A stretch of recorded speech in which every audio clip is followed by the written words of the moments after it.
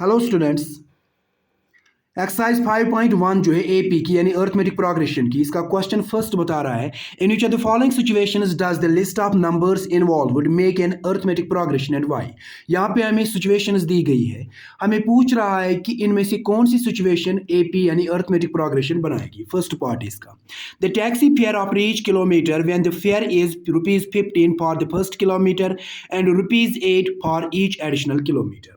Taxi का किराया जो है वो पहले किलोमीटर का 15 रुपया आ जाता है और पहले किलोमीटर को छोड़कर जितने भी किलोमीटर होंगे उनका हर किलोमीटर के हिसाब से 8-8 रुपया फेयर आ जाता है। यानी पहले किलोमीटर को 15 रुपया किराया देना पड़ेगा टैक्सी फेयर, बाकी जितने भी किलोमीटर होंगे उनका 8-8 रुपया देना होगा किलोमीटर के हिसाब से टैक्सी फेयर।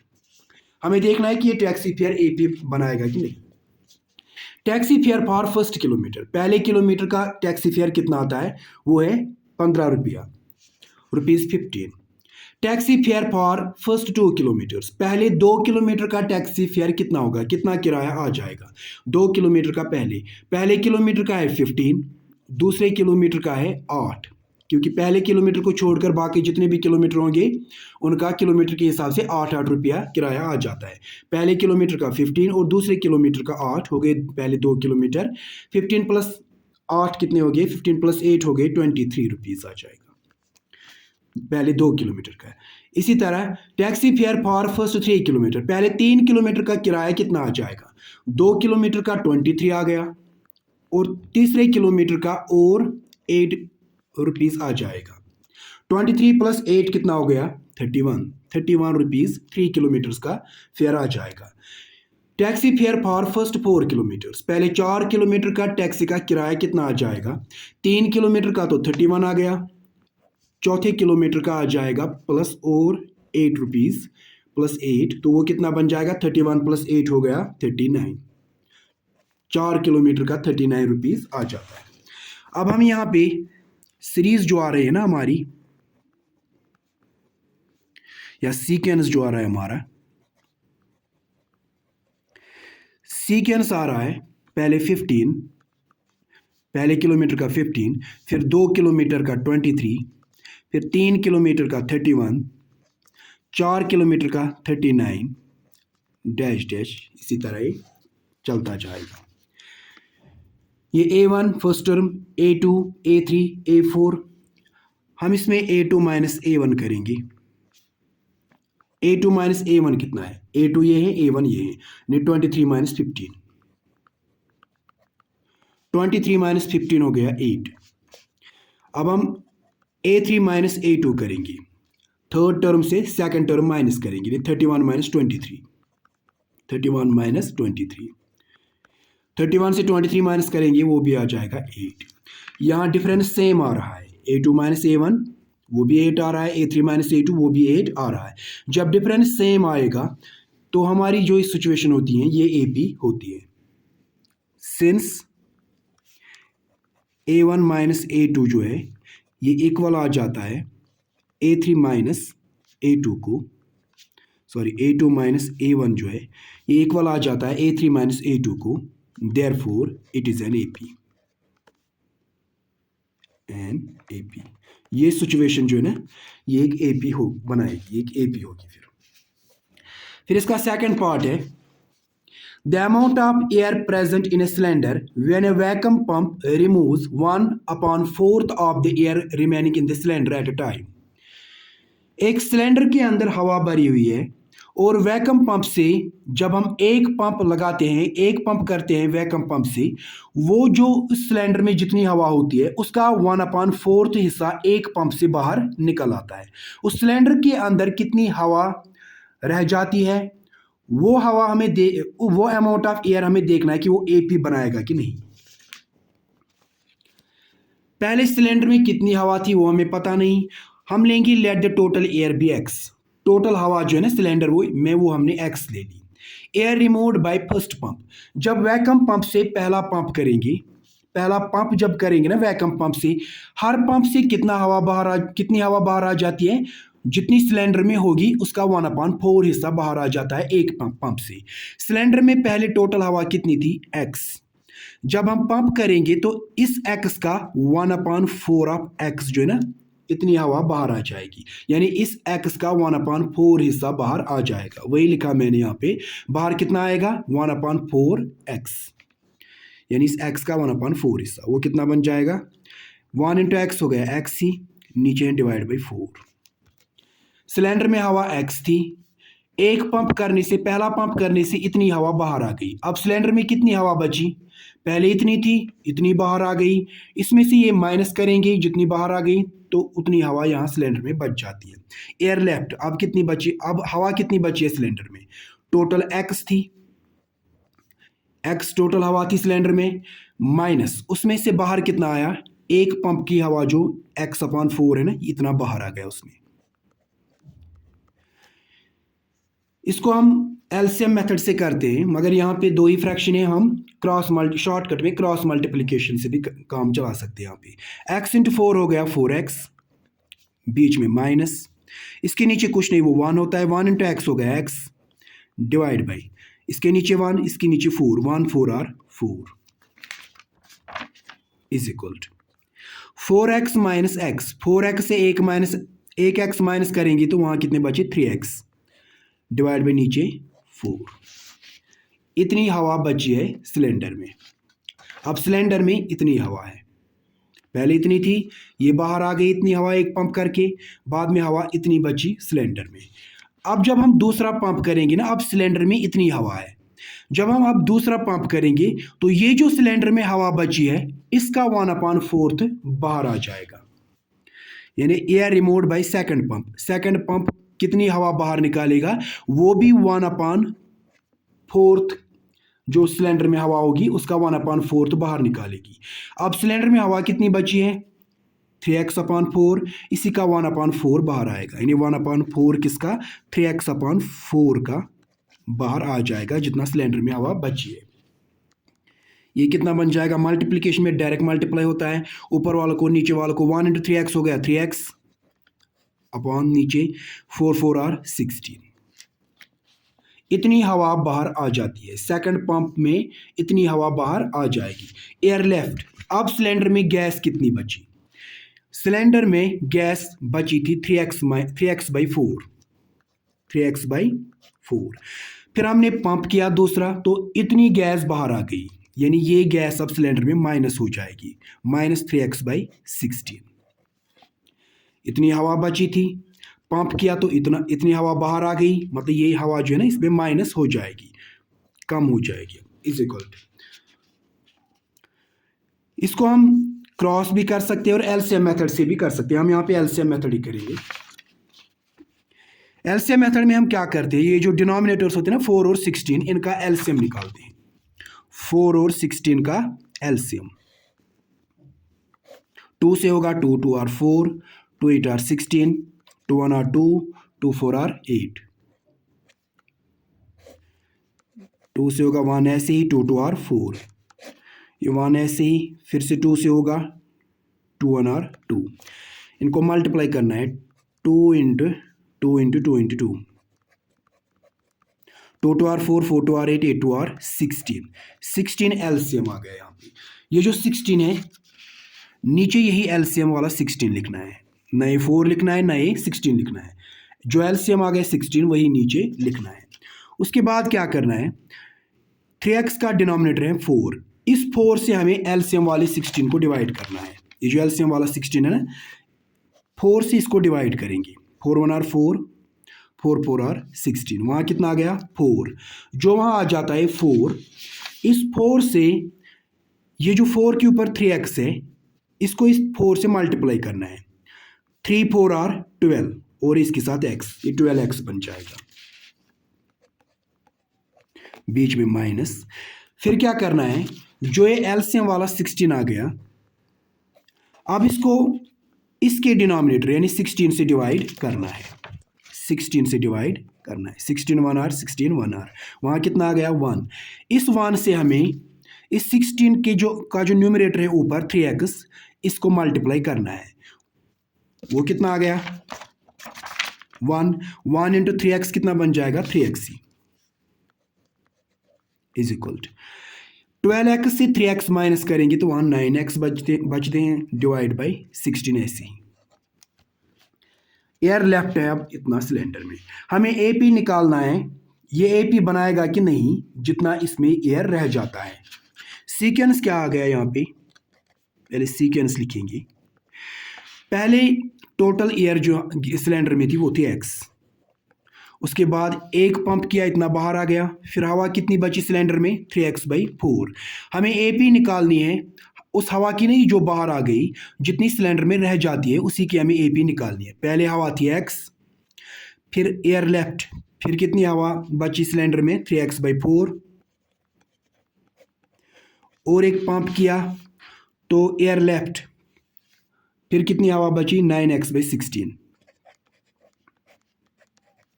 अब हम यहाँ पे A1/A2 माइनस A1, ये A1 A2 A3, A2 minus A1 करेंगे। पहले A2 है 3x/4, माइनस करना है A1 है x, इसको हम क्रॉस ही करेंगे। इसके नीचे कुछ नहीं, वो 1 होता है, 3 1 3 और इसके साथ x हो गया 3x, बीच में माइनस 4 इंटू x हो गया 4x, डिवाइड बाई इसके नीचे 4, इसके नीचे 1, 4 1 4। यहाँ पे मैं फिर से बता दूं, ये जो क्रॉस मल्टीप्लिकेशन है ना, ये दो फ्रैक्शंस में वैलिड रहता है। असल में जो मेथड होता है वो एलसीएम वाला ही होता है। ये यहाँ पे एक शॉर्टकट है।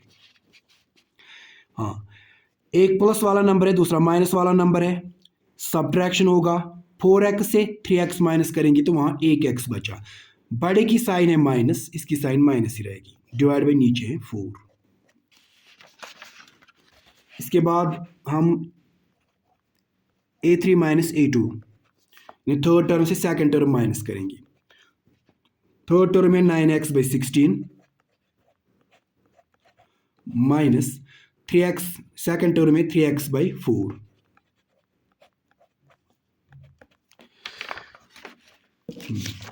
सिक्सटीन और 4 जो है ना डिनोमिनेटर्स, इनका एलसीएम कितना आया था, 16 और 4 का एलसीएम आया था 16 इसका एलसीएम आया था। हमें नीचे डिनोमिनेटर में यही एलसीएम लिखना है 16 और 4 का। 16 और 4 का एलसीएम 16 आ जाता है।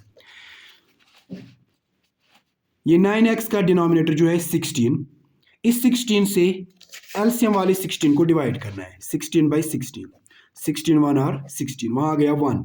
इस 1 से इसके ऊपर वाले ने 9x को मल्टीप्लाई करना है, 1 इंटू 9x हो गया 9x, बीच में माइनस। उसके बाद 3x के नीचे है डिनोमिनेटर में 4, इस डिनोमिनेटर 4 से एलसीएम वाले 16 को डिवाइड करना है, 4 1 4, 4 4 16। ये जो 4 आ गया यहाँ पे, इस 4 से इसके न्यूमरेटर में 3x को मल्टीप्लाई करना है, 4 3 12, और इसके साथ x।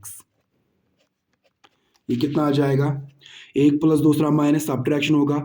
12x से 9x माइनस करेंगे तो वहां 3x बच जाते, साइन बड़ी की है माइनस, माइनस 3x बन जाएगा, डिवाइड बाई नीचे 16। यहाँ A2 minus A1 minus x/4 आ गया, A3 minus A2 minus 3x/16 आ गया। मतलब हमारा A1/A2, A2 माइनस A1 और A3 माइनस A2 के बराबर नहीं आ रहा है, therefore it is not an AB. Since A2 minus A1 जो है ना इज नॉट इक्वल टू, ये बराबर नहीं आ रहा है किसको, A3 माइनस A2 को। जब डिफरेंस बराबर नहीं आएगा therefore it is not an AP, फिर ये AP नहीं बनाता है, ये AP नहीं बनाएगा। ये इसके पहले दो पार्ट्स। इसका तीसरा पार्ट है, the cost of digging a well after every meter of digging, when it costs rupees 150 for the first meter and rises by rupees 50 for each subsequent meter. एक कुआं खोदना है, कुएं को खोदने में पहला मीटर जो खोदने में खर्चा आ जाता है वो आ जाता है 150 रुपीज़, और बाकी जितने भी मीटर खोदने होंगे उनमें हर एक मीटर का खोदने का खर्चा आ जाता है 50 रुपीज़। पहले मीटर का खोदने में 150 कॉस्ट आ जाता है और बाकी मीटर्स का 50 रुपीज़ कॉस्ट आ जाता है। ये जो कुआं खोदने में कॉस्ट आ जाता है, ये एपी बनाता है कि नहीं, यही हमें देखना है। Cost of digging first metre, पहले मीटर को खोदने में कितना कॉस्ट आ जाता है, ₹150, 150। हाँ, cost of digging 2 metres, first 2 metres, पहले 2 मीटर का कितना आएगा, पहले मीटर का 150 आ जाता है, बाकी जितने भी मीटर होंगे उनका 50-50 रुपया आ जाता है। पहले 2 मीटर का कितना आएगा, पहले मीटर का 150 और दूसरे मीटर का 50 रुपीज़ आ जाएगा, वो कितना बन जाएगा, 200 rupees.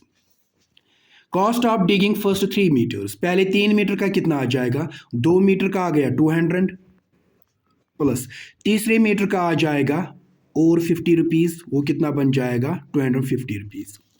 Cost of digging first 4 metres, पहले 4 मीटर्स का कितना आ जाएगा, पहले तीन मीटर्स का 250 रुपीज़ आ गया, चौथे मीटर का और 50 रुपीज़ आ जाएगा, तो वो कितना बन जाएगा, 300। यहाँ पे सीक्वेंस क्या बना, सीक्वेंस बन रहा है पहले 150, उसके बाद 200, उसके बाद 250, उसके बाद 300। अब हम A2 माइनस A1 निकालेंगे। A2 मतलब सेकंड टर्म, ये फर्स्ट टर्म, सेकंड टर्म से फर्स्ट टर्म माइनस करेंगे, 200 माइनस 150, वो कितना आ जाएगा, 50 रुपीज़। A3 माइनस A2 करेंगे, यानी थर्ड टर्म से सेकंड टर्म माइनस करेंगे, थर्ड टर्म है 250, माइनस करेंगे इससे 200, सेकंड टर्म, वो भी 50 आ जाएगा। यहाँ A2 minus A1 A3 minus A2 के बराबर आ रहा है, दोनों 50 के बराबर आ रहे हैं, therefore it is an AP। Since A2 minus A1 is equal to A3 minus A2, therefore it is an AP। ये AP बनाएगा। इसका फोर्थ पार्ट है, the amount of money in the account every year when ₹10,000 is deposited at compound interest at 8% per annum। Bank account में जितना पैसा होता है उसका हमें निकालना है कि वो AP बनाता है कि नहीं। पहले जो डिपॉजिट किया जाता है अमाउंट में, जो पैसा डाल दिया जाता है, 10,000 रुपया डाल दिया जाता है, 10,000, और उसका कंपाउंड इंटरेस्ट आ जाता है 8% पर एनम, यानी पर ईयर, हर साल उसका 8% कंपाउंड इंटरेस्ट आ जाता है। बैंक में जितना पैसा होगा हर साल, उसका हमें देखना है कि वो AP बनाएगा कि नहीं। फॉर फर्स्ट ईयर, पहले ईयर के लिए A1 कितना आएगा, A1 मतलब पहले ईयर जो है ना, उसमें हमें बैंक में कितना डिपॉजिट किया था, हमने कितना डिपॉजिट किया था, पैसा कितना था, पहले ईयर में 10,000 था, 10,000 हमने डिपॉजिट किया, रुपीज़ 10,000 हमने फर्स्ट ईयर में डिपॉजिट किया। इसका इंटरेस्ट कितना आएगा, इसका ईयरली इंटरेस्ट आएगा, कंपाउंड इंटरेस्ट। क्वेश्चन बता रहा है कि इसका इंटरेस्ट आ रहा है कंपाउंड इंटरेस्ट 8%। 8% मतलब 8/100 मल्टीप्लाई करना है। ये 8% जो ना, ये इस 10,000 का आ रहा है, जितना अकाउंट में पैसा है, 10,000 मल्टीप्लाई करना है इसको, 0 0 कैंसिल, वहाँ कितना आ जाएगा, 8 इंटू 100 बचा यहाँ पे, वो बन जाएगा 800 रुपीज़ इसका इस 10,000 का इंटरेस्ट आ रहा है। अब दूसरे साल जो है ना, सेकंड ईयर में A2 मतलब हमारे अकाउंट में कितना पैसा होगा, एक तो ये 10,000 है, दूसरा ये इंटरेस्ट वाला भी इसमें ऐड हो जाएगा, यानी 10,000 प्लस 800, वो बन जाएगा 10,800 रुपीज़। अब हमारे बैंक अकाउंट में इतना अमाउंट है 10,800 रुपीज़। अब जो दूसरे साल इंटरेस्ट आएगा वो इस 10,800 रुपीज़ का आ जाएगा, यानी इंटरेस्ट जो दूसरे साल आएगा वो भी कितना आएगा, 8%। 8% मतलब 8/100, 8/100। ये 8% किसका आएगा, इस 10,800 का, 0 0 कैंसिल, वहाँ कितना बचा, 8 8 और 64, 6 कैरी जाएगा, 0 8 और 0, 6 कैरी वाला 6 डाल दो तो 6 बन जाएगा, 1 8 और 8, 864, 10,800 का इंटरेस्ट आ गया। अब हमारे थर्ड ईयर में हमारे बैंक अकाउंट में कितना होगा पैसा, अमाउंट कितना होगा, एक तो ये 10,800, इसमें ऐड हो जाएगा इंटरेस्ट 864, तो ये कितना बन जाएगा 4 ही हो गया, 6 + 0 6 ही हो गया, 8 8 16, 1 कैरी, 8 और 8 हो गया 16, 1 कैरी, 0 1 बन जाएगा और ये 1। 11,664 थर्ड ईयर में हमारे बैंक अकाउंट में पैसा होता है। इसका अब इंटरेस्ट निकालने की ज़रूरत नहीं है, इतना ही निकालेंगे थर्ड टर्म 3 टर्म्स। सीक्वेंस क्या आ रहा है यहाँ पे, सीक्वेंस आ रहा है पहले ईयर हमारे बैंक अकाउंट में था 10,000 रुपया, सेकेंड ईयर 10,800, थर्ड ईयर 11,664। यहाँ पे A2 माइनस A1 निकालेंगे। A2 मतलब ये A1 A2 A3 यानी सेकंड टर्म से फर्स्ट टर्म माइनस करेंगे। सेकंड टर्म है 10,800 माइनस करेंगे इससे 10,000, वो कितना आ जाएगा 800। A3 माइनस A2 करेंगे यानी थर्ड टर्म से सेकंड टर्म अब माइनस करेंगे। थर्ड टर्म है 11,664 माइनस सेकंड टर्म है 10,800, ये कितना आ जाएगा 4 माइनस 0 4 ही, 6 माइनस 0 6 ही, ये 6 8 से छोटा है, ये एक इसमें जाएगा 16 बन जाएगा, 16 माइनस 8 हो गया 8, यहाँ पे 0 बचा, 0 माइनस 0 0 ही हो गया, 1 माइनस 1 0 हो गया, 0 0 लिखने की ज़रूरत नहीं है, यानी 864 आ रहा है A3 माइनस A2 और A2 माइनस A1 आ रहा है 800। यहाँ ये सेम नहीं आ रहा है सिंस A2 माइनस A1 जो है ना is not equal to A3 minus A2। जब बराबर डिफरेंस नहीं आएगा therefore it is not an AP, ये AP नहीं बनाएगा, it is not an AP। ये पहला क्वेश्चन जो है ना इसके 4 पार्ट्स कंप्लीट हो गए।